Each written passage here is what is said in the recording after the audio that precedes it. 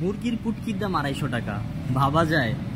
আমাদের দেশ গ্রামে মুরগির পুটকি ফালায় দেয়, আমরা কেউ খায় না, সবাই ফেলে দেয়। আর সেখানে বিদেশে মার্কেটে মুরগির পুটকির দাম 250 টাকা, 200 টাকা কেজি। এটা কি কখনো ভাবা যায়? বাংলাদেশের কেউ স্বপ্ন তো দেখছে মুরগির পুটকির কেজি 200 টাকা। চলেন দেখে আসি মুরগির পুটকি 200 টাকা কিভাবে। এই দেখ, আমাদের দেশে মুরগির ফুটকি হালায় দেয়, আর এই দেশে মুরগির ফুটকির দামও কয়টা? 4 রিঙ্গিত, 200 টাকা কেজি। কেজি না তো, কয় গ্রাম? অল্প, হাফ কেজি। 200 টাকা কেজি।